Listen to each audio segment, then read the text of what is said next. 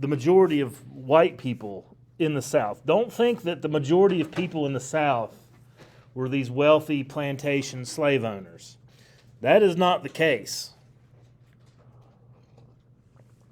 The white population of the South was as follows. Like the smallest portion of the population of white people in the South were wealthy slave owners. That is the smallest portion of the population. Wealthy slave owners made up the smallest percent. Who are the ones in charge, though?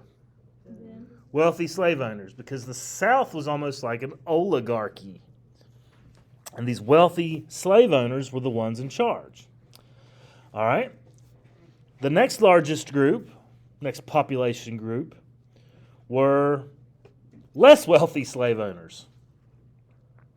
So you got like your super rich ones that own hundreds of thousands of acres and plant cotton on it and own 400 or 500 slaves. And then you got your less wealthy ones. Maybe one owns 20 to 30 slaves and smaller farms. These are people that did not own a majority of the slaves, but they made up a majority of the masters. These were the majority of the people who owned slaves. All right? About 3/4 of the population of the South, so this is by far the largest group, was non-slave-owning whites. Just people that did not own slaves. Lily, are you comfortable? Mine, not on the couch. These are your non-slave-owning whites. 75% of the population. These are just people that farmed out and scratched an existence on their own land. How do you think these whites felt about slavery? Sophie's giving me a thumbs up because she knows that they supported slavery, even though they didn't own any. Why? Yeah, but they still supported it. So they didn't have to plant it themselves? Well, they are planting it themselves. They don't own any slaves. So why would they support slavery? Because it helps the economy? Maybe. Hope. They want to fulfill their own American dream. And what is their American dream? To one day own slaves. So they don't have to do it themselves. That was their American dream. And that was 75% of the population. They supported slavery because they eventually wanted to own slaves and achieve their own American dream of moving up in society. Because in the South, slave ownership and land ownership was tied to wealth. All right? That's how you moved up in society. And then, of course, you had your less prosperous, non-slave owning whites. This is your poor white trash. This is what this time period is where that term comes from. Also known as hillbillies. I'm not kidding. This is the term. Right? It's in your textbook. All right. So, these are where typically your mountain people, white people, lived in the valleys and hills of the Appalachian Mountain Range. Not a lot of slavery in the Appalachian Mountain Range. Why? They did their own dirty work. They had their kids basically. Why do you think slavery did not catch on as much in the Appalachian Mountain Range? Would it be harder to farm cotton there? Okay, you can't grow cotton in the Appalachian. Ethan, what'd you say? Is that what you said? You're exactly right. In fact, you can't really grow large-scale agriculture on the side of a mountain. I want you to imagine growing a lot of anything around here. But they weren't lucky. It's tough. Plus, they're all poor. Poor people. Poor people don't own slaves. Okay? So, this is another significant portion of the population, those that lived in, the Appalachians. So this is the majority of your white people, okay? So you got, these poor white people live in the mountains who suffer from malnutrition and parasites, and life is rough for them. It's bad. Then you got your subsistence farmers who are just trying to eke out a living that don't own slaves. and support slavery because they also want to hope to have slaves. What about these super poor hillbillies? Do you think they support slavery? They actually did support it. Yeah, why? Well, what's really separating them from slavery? Basically just their skin color, because they don't really have anything. They do have their freedom, though. That's essentially the only thing that's different. So they wanted to stay at least one social rung above slaves. And so they would support slavery, mainly because, racism. And then secondly, they don't want to have to compete with slaves for the same horrible lives that they have. All right? So you got dirt poor, subsistence farmers, then you got your less wealthy, then you got your super wealthy plantation owners at the top. What's up, Mr. Poe? All right. Okay. That's your white majority. Questions on them? All right. Another group of people. So I'm going to kind of outline the different groups of people that lived in the American South. Another group are the free blacks. So these are maybe former slaves or children of slaves, but they are black people that are free that live in the South. There were by the start of the Civil War, there were about 250,000 of these people, 250,000. So it's not a huge portion of the population, but it's still a significant number, 250,000 people. Largely, these people live in the upper South. So what states would that be? Virginia. Yeah. Not Georgia. Maryland, Kentucky, Virginia. That's the upper South, okay? Many of these free blacks were mulattoes. What is a mulatto? It is a mixed race person. So it's most likely the union between a slave lady and her master that produces a child, which is the master's child, and so the master would free that child. And so the word for that is emancipation. The master would emancipate the children of their black mistresses. That is one way in which these people became free. Another is simply, some free blacks were able to purchase their freedom through labors that they did working beyond what their master asked them to do. Some free blacks even owned property. And a lot of these mulattoes were kind of like a third race, as they were not accepted into either culture. Mulattoes were not going to be accepted into mainstream slave-owning white community, and they're not going to be accepted into the slave community either. So they're kind of isolated socially. It was a pretty tough way to go. Always, at all times, regardless of whether they were a mulatto or just simply a former slave who had earned their freedom, they were always susceptible to be captured, to be put back into slavery, just by upsetting someone. You could be hijacked and thrown back into slavery. Even if you have documentation to prove that you were a free person, it was always a threat that you could be put back into slavery through, unfair means.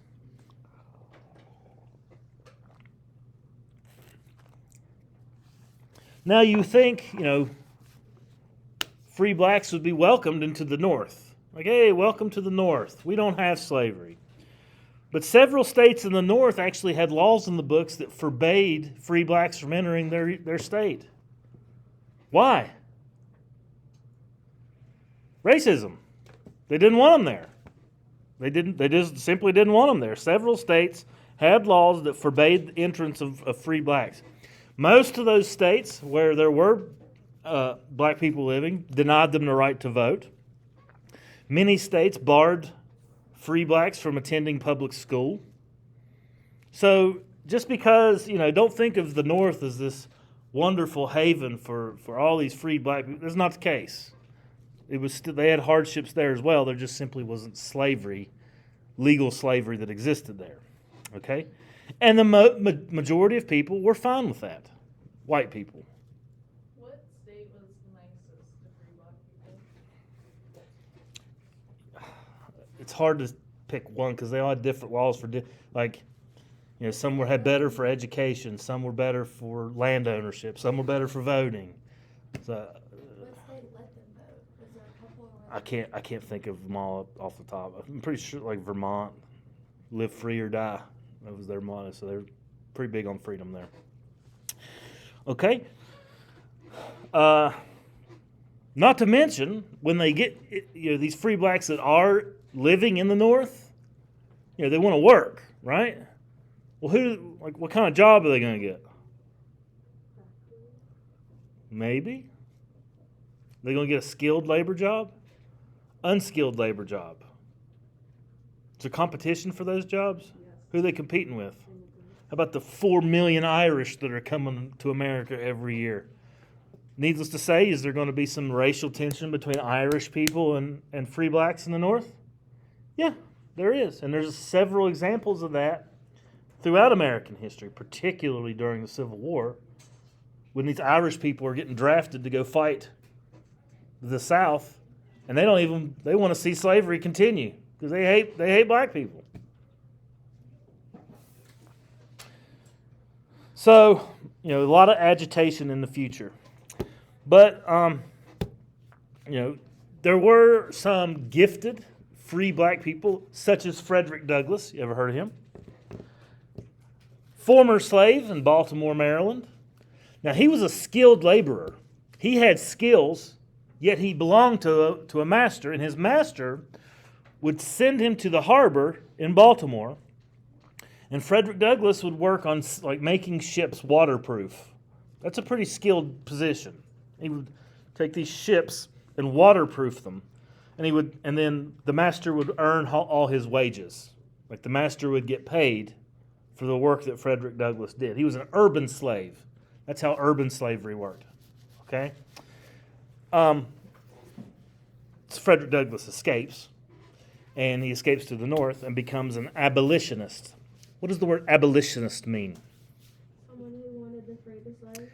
They want to see an end to slavery. Correct. Now, Frederick Douglass has no education. He's self-educated. He taught himself to read and was highly intelligent and was an extremely gifted public speaker or orator.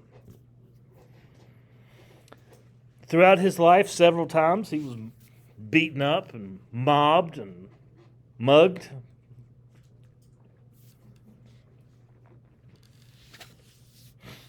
But he continued to speak out against the evils of slavery and was one of the foremost abolitionists of the day.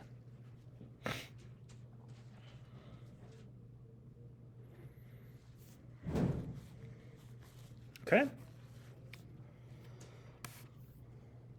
This next group of people are slaves that lived on plantations. Big ones. A plantation is an extremely large farm. Very large. Owned by a wealthy slave owner. These are the people that lived in society's basement. This was about as low as you could get. And by the start of the Civil War, there were about 4 million of them.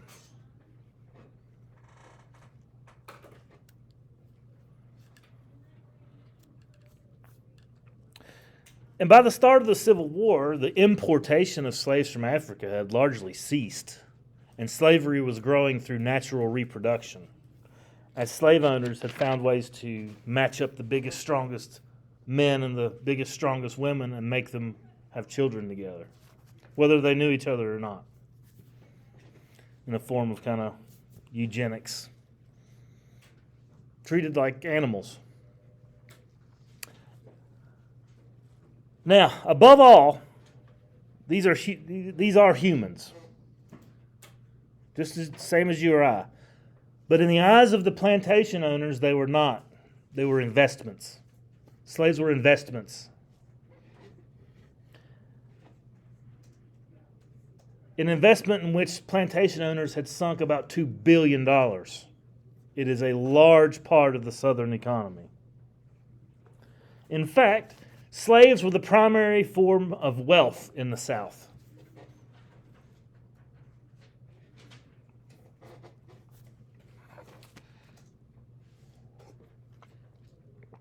So slaves that were valuable were often spared dangerous work. If you need to put a new roof on your house, you don't get slaves to do that. Or if you're building a road on your property and you need to use dynamite, you didn't use your slaves. Who did that kind of work? Irish. Let the Irish do it. Pay them a nickel an hour, and if they die, who cared? But if one of your slaves became injured or damaged, that's a harm to your investment. So often they were spared dangerous work, while wage-earning Irish laborers could, tunnel and blast and drain swamps because they were largely expendable in the eyes of plantation owners. Plantation slave women were expected to have 13 or 14 babies.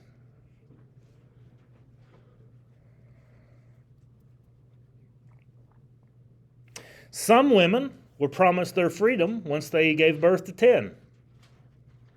And those 10 survived to adulthood. So they're basically almost dead.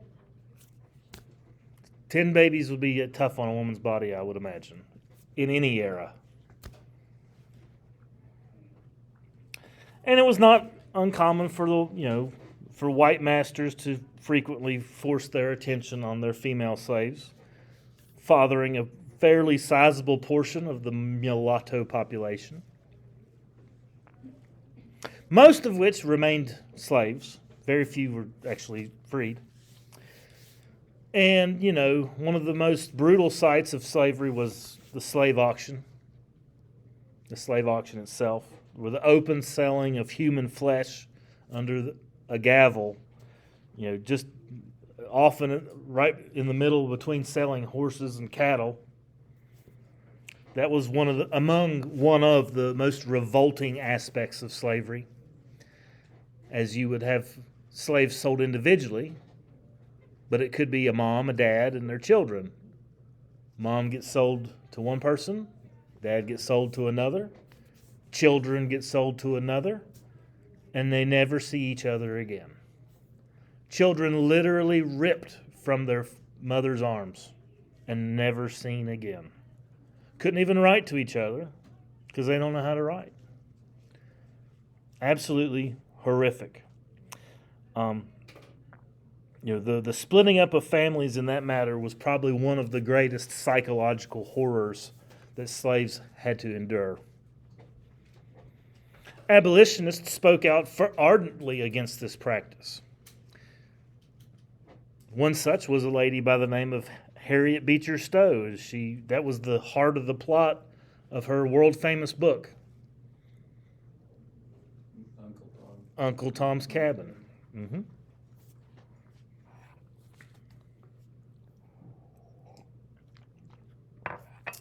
Here are some, advertisements to be sold. They talk about how healthy their teeth are and like animals. And that's kind of how, they would put them up on the slave auction block, naked, and people would inspect their bodies, go up and open their mouth and show them their teeth. Their genitals would be inspected, just like an animal. And this is what the slave auction was. And they advertised it so that people could know what they were looking for. Horrific. It is an ugly, ugly part of American history. And it's not that long ago that this was going on, 1860s. All right, so life was not good for a lot of slaves. Many white people romanticize the idea of the slaves living a happy life because they had no worries and they had to make no decisions. They didn't, they just all they could, they could sing and play their banjos and dance. It was, of the day, it was called the myth of the happy darky. Now, that is a horrible expression, and I don't condone it, but that is what it was referred to as. Okay, so. Now, also, conditions varied from place to place. If you lived in Maryland and were a slave, your life was going to be a lot different than if you were a slave on an enormous plantation in Georgia. Okay? Also, if you lived on a large plantation versus a very small plantation or a small farm even, your life is going to be different. If you live on a large plantation and you belong to a master that owns 500 slaves versus you work on a small farm and you're the only slave there, and you're out in the field working side by side with your master, life is going to be totally different for you. You may be eating dinner at the table where the master and his family eats, maybe. Or you might be, it depends on the master, okay? Yeah, okay. It's going to vary, obviously, all right? But slavery everywhere meant hard work. You're going to grow up uneducated and ignorant, oppressed, no rights, working from dusk to dawn, sun up to sundown. And, the government is sanctioning this to make your life hard. It was illegal for you to learn in many states. You were not allowed to learn. It was against the law to read or to be, and it was actually laws where white people could get in trouble for teaching blacks to read.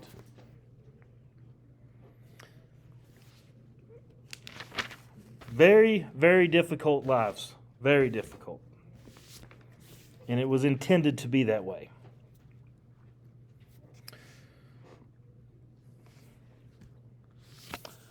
Okay, so once slaves found their home, for the most part, life tended to be relatively stable.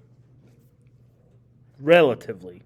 There was always the threat that you could be sold off and never see your family and friends again. But once you are established, many slaves lived on the same farm for generations. Families and family, they all lived together, especially on larger plantations. But an African-American slave culture began to develop. Slaves were allowed to marry with the permission of the master. And they even wrote their own wedding vows. Normally in the marriage, your wedding vow is until death do you part. In slave wedding vows, it was till death or distance do you part. You may be sold off, and then you would be parted. So, but with a really impressive resilience, slaves managed to sustain family life while in bondage. Most slaves were raised in a stable, two-parent household.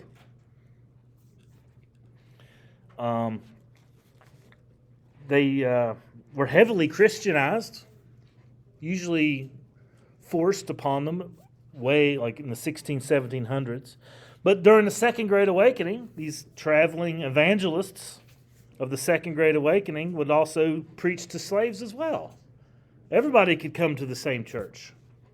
That was one of the Second Great Awakening ideas, the emphasis on the individual, regardless of your skin color. So when a lot of slaves heard this message, they took a lot of Christian elements of Christianity, and mixed them with elements of their African culture. And they could relate to a lot of parts of the Bible, particularly the Old Testament. Any part of the Old Testament do you think was particularly poignant to African American slaves? Exodus. Yeah, the Israelites in Egypt. Yeah, as Moses led the Israelites out of Egypt because they were slaves. So, Moses was a particularly powerful figure in African American religion. But obviously, it was a very burdensome life, horrible life in which no one would ever want or have to exist in. Do you think they ever just got fed up and had enough? Pretty frequently. And what would you do? Revolt. And revolts were, I don't want to say common, but they did happen. They did happen.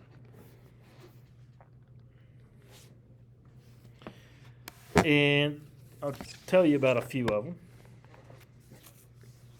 One was called, one was led by a man named Denmark Vesey. Denmark Vesey. Here's a picture of a play about it. And it happened in 1800 in Richmond, Virginia. Richmond, Virginia.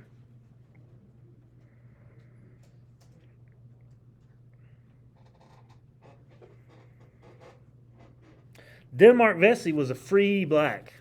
He was not a slave. He was a free black. And he tried to arm slaves secretly, provide them with weapons.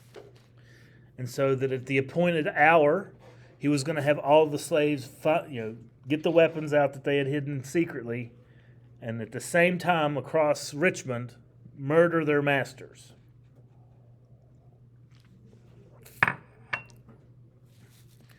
He got found out, and everybody that was involved in it was hanged. Nat Turner. Nat Turner was semi-literate. He could kind of read. And he was also a preacher who received visions from Jesus, or at least so he believed. And these visions told him that he would be in charge of leading an uprising.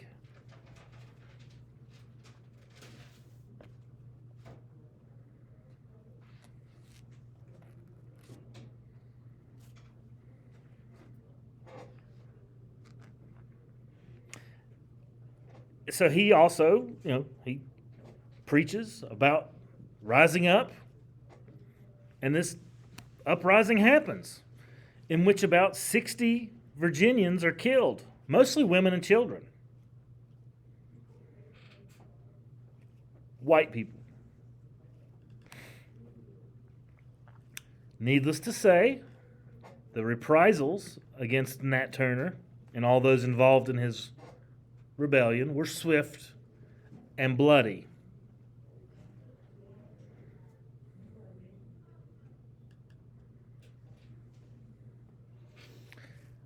What do you think happens as a result of all these rebellions? Yeah. Yeah. It gets worse. Conditions worsen. Because these rebellions bring fear to white people. And when white people get afraid, things change in government. Look at 9/11. So, a lot stricter fugitive slave law or slave restriction laws were put on the books. Because in many places in the South, the population of slaves was greater than that of white people. They were outnumbered. And so in order to oppress and keep down slaves, they had stricter laws. Another burden on slaves. Kind of a bummer of a day of notes, huh? Sad. Sad. So we'll finish with this, which this is also a bummer as well. It's called the American Colonization Society. The American Colonization Society. Okay. It was founded actually under the administration of James Monroe in 1817. And in 1822, a colony was formed called the Republic of Liberia. Liberia. That's where that name comes from.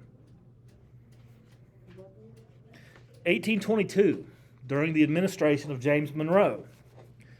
The capital of Liberia, Monrovia, named after James Monroe. The entire purpose of this entire place was to be a place where free blacks could be sent from America.